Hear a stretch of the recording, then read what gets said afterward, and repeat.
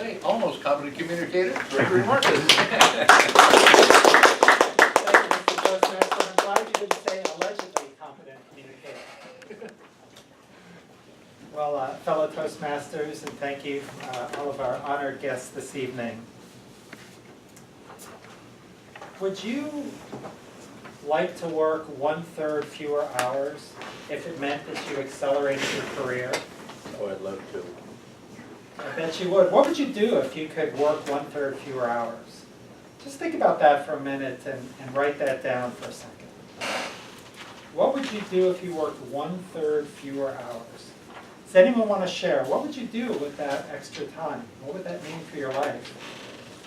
Yes? I'd spend more time walking and enjoying nature, out with friends and cooking. Wonderful. Nature, walking, cooking. Shirley, I saw your hand up. Yes, I would volunteer my time, which I already do, I've always, but I would do that even more, like in the garden. More time volunteering, wonderful. You know, this is what 40-hour leadership is all about. Now, this idea of cutting your time by 1/3, that may seem impossible to you.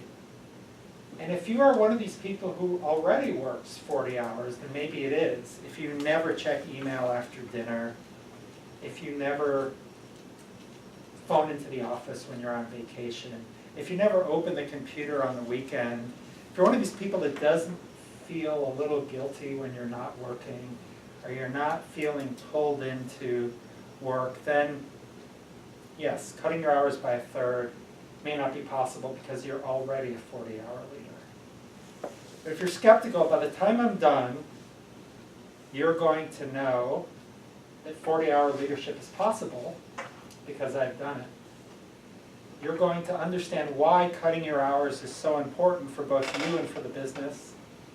And you'll be on your way to taking that first step towards cutting your hours by 1/3.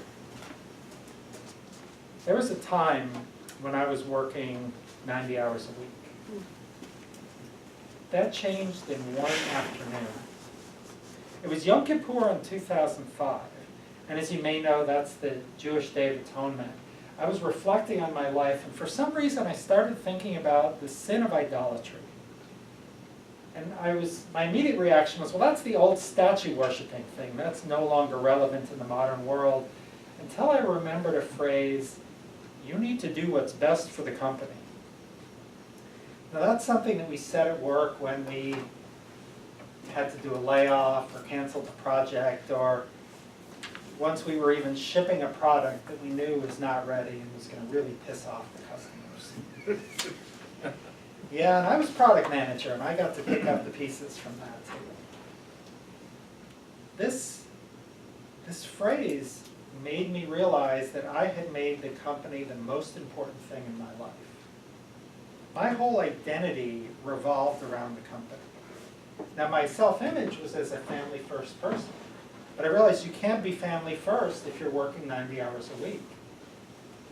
I was thinking about work all the time, and although I ate dinner with the family every night, I was distracted.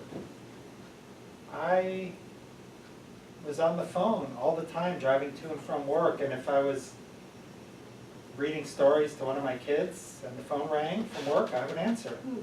Work was more important than my family. So that day I made a decision that I was going to give up my corporate idolatry, as I called it, and I was going to start putting people first. And within 1 year, without changing jobs, I was working 1/3 fewer hours, and my career had accelerated pretty significantly. So this is why it's important for you to start cutting your hours. I mean, overworked life is really no fun. We get so caught up in it that we don't notice how exhausted and stressed out we are, how poorly we're eating, the impacts on our relationships, the impacts on our sex life. It's not a pretty picture. So by cutting our hours, we can become better connected to other people and we can become happier. But what surprised me was how effective I became at work.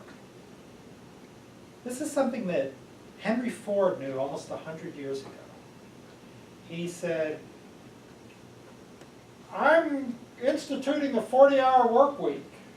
Not because I'm a softie, but because I can make as many cars in 5 days as I can in 6.